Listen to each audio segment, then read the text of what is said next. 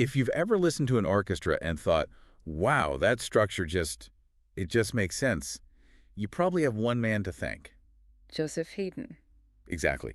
Or if you've heard, four-string players in what sounds like a really witty musical chat, that's him too. That's right. He's often called Papa Haydn, and it's for a very good reason. He didn't just write amazing melodies. He basically wrote the technical blueprint for modern classical music, The rule book. the rule book, specifically for how a symphony and a string quartet should be organized. So what we want to do today is figure out how this poor, pretty isolated musician from 18th century Austria became the architect of the entire classical era. It's a remarkable story of persistence. I mean, especially when you look at his beginnings. Haydn was born in 1732 in Rohrau, a tiny Austrian village. And his father was a wheelwright, right? Not a musician. Not at all. But the whole family loved folk music. They sang all the time, and his parents spotted his talent incredibly early. So early that he was sent away from home at age 6. I mean, just think about that. A 6-year-old leaving his family to live with a relative just to get a proper musical education. It really shows the dedication, but also the sacrifice involved. He learned instruments like the harpsichord and violin, but the reality of it was, well, it was tough. He was often hungry and didn't have great clothes. But his talent just kept pushing him forward. His Yeah. voice, his singing voice was so beautiful that it earned him a really coveted spot as a boy soprano. At St. Stephen's Cathedral Choir in Vienna, this was the big time. He performed for royalty, for the highest levels of the Austrian elite, for 9 years. That's an intense practical training. It is. He was surrounded by music constantly, performing the newest compositions. But, and this is the key thing, he received almost no formal instruction in music theory or composition. So he just learned by listening. By osmosis, basically, just hearing these great masters perform day in and day out. And then the inevitable happened. His voice changed. And just like that, once he couldn't hit those high notes anymore, he was dismissed. Suddenly, this kid who'd performed for emperors was 18 years old, broke, and totally alone on the streets of Vienna. Wow, that is a brutal wake-up call. It was. And to survive, he had to hustle. He gave music lessons to wealthy kids, played violin in local street bands, anything he could. But this isolation, it was, ironically, the catalyst for his genius. How so? Well, because he didn't have a formal teacher to rely on, he had to teach himself. He started this period of really intense self-study. He got his hands on every piece of music he could find. Especially the work of Carl Philipp Emanuel Bach. Yes, C.P.E. Bach. He represented the new, evolving musical language that was moving away from the old Baroque style. Haydn would just obsessively analyze his scores, and that's how he taught himself the mechanics of composition. And this is where his persistence really pays off. After struggling in like an unheated attic room, he finally found a mentor. Nicola Porpora, a famous Italian composer. But Haydn was destitute, he couldn't pay for lessons. So he bartered. He traded his labor for knowledge. He became Porpora's valet, his personal assistant. He'd shine his shoes, accompany him on the piano. In exchange for real lessons on the fundamentals of composition. Exactly. And that foundation was essential. Once his reputation started to grow around Vienna, he got his first steady conducting job with a guy named Count Morzin. And that was his first chance to really experiment, right? With a whole orchestra at his disposal. It was his laboratory. And those experiments caught the attention of the Esterhazy family. This was one of the wealthiest, most powerful, noble houses in the whole empire. And in 1761, they hired him.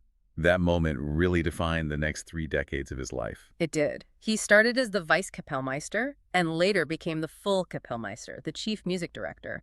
But this wasn't just a job, it was a total commitment. What did that actually involve? It meant he was subject to really strict rules. He had to conduct, manage all the musicians, maintain the instruments, and constantly compose new works. Sometimes several symphonies a month. All tailored specifically to the prince's tastes. He even had to wear a uniform. The music he wrote belonged to the prince, not to him. That sounds like incredible job security, but also a huge artistic limitation. And the main palace, Esterhazy, was way out in the country, far from Vienna. Very isolated. It was famously called the Golden Cage. But Haydn saw the upside in that. He famously said that being so far from other musicians forced him to become original. Because he couldn't copy anyone else. He had to invent. He couldn't follow trends. He had to start them. And you can see that in his specific duties. The prince, Nicholas, loved a really strange and difficult instrument called the baritone. The baritone is fascinating. Imagine a big string instrument you hold between your legs, like a cello, but it has a whole second set of strings running behind the neck. Sympathetic strings. Right, they just resonate when you play the main ones. It's incredibly complicated. And just because the prince was obsessed with it, Haydn wrote over 100 pieces just for the baritone. And that level of intense, focused production, paid for by a reliable income, gave him the lab he needed to perfect his art for 30 years. It let him standardize his forms. Which brings us to his greatest contributions, the blueprints for the symphony and the string quartet. We call him the father of the symphony. Before Haydn, symphonies were short. Often just 3 parts, really just an announcement before the main event, like an opera. Kind of like an appetizer. So how did Haydn turn it into the 4-course meal? By standardizing it.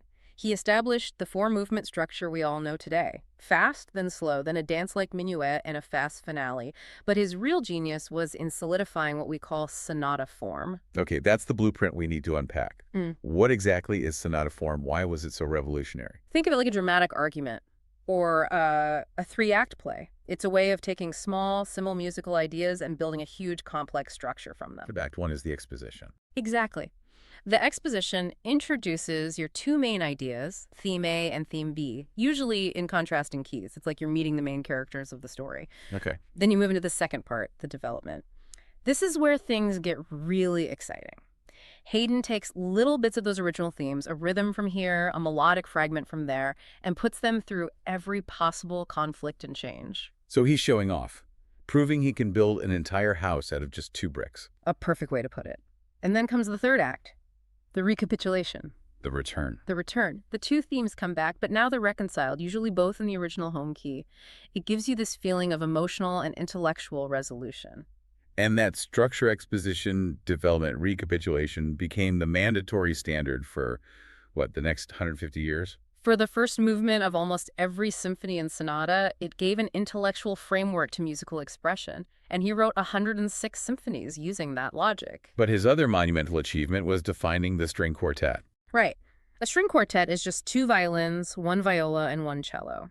Haydn didn't invent that combination of instruments. But he invented the way they talk to each other. He democratized the sound. Before him, the first violin usually got all the good stuff, the main melody, while everyone else just played backup. Right, just harmony. Haydn changed that completely. He created an environment where all 4 instruments were equal partners. They're constantly trading themes, responding to each other, weaving their lines together. It really does sound like 4 sophisticated people having a conversation. Sometimes it's witty, sometimes it's deeply serious, but every voice is essential.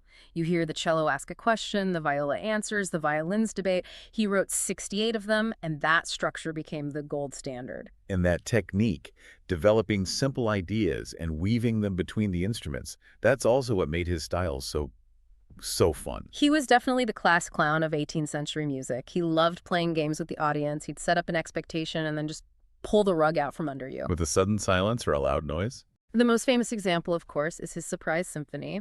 He knew that audiences, in these long concerts and dim, hot halls, they'd doze off. So what do you do?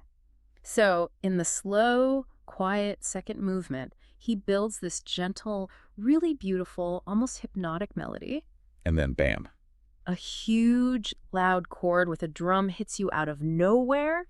It was literally designed to wake people up, but it became famous for his humor. That's amazing. He also loved putting musical jokes in his work, imitating bird calls or frogs inside these elegant symphonic themes. It just shows this light, optimistic feeling in his music. Which probably explains why he got along so well with his younger colleagues. Absolutely. Let's talk about his friendship with Wolfgang Amadeus Mozart, who was 24 years younger. That kind of relationship between 2 giants in the same field is so rare. It was totally non-competitive. It was built on this immense mutual respect. Haydn and Mozart actually played string quartets together. Wow. And Haydn even told Mozart's father, Leopold, that his son was the greatest composer he knew, just for the sheer skill and depth of his work. And Mozart dedicated 6 of his best string quartets right back to Haydn, acknowledging his debt.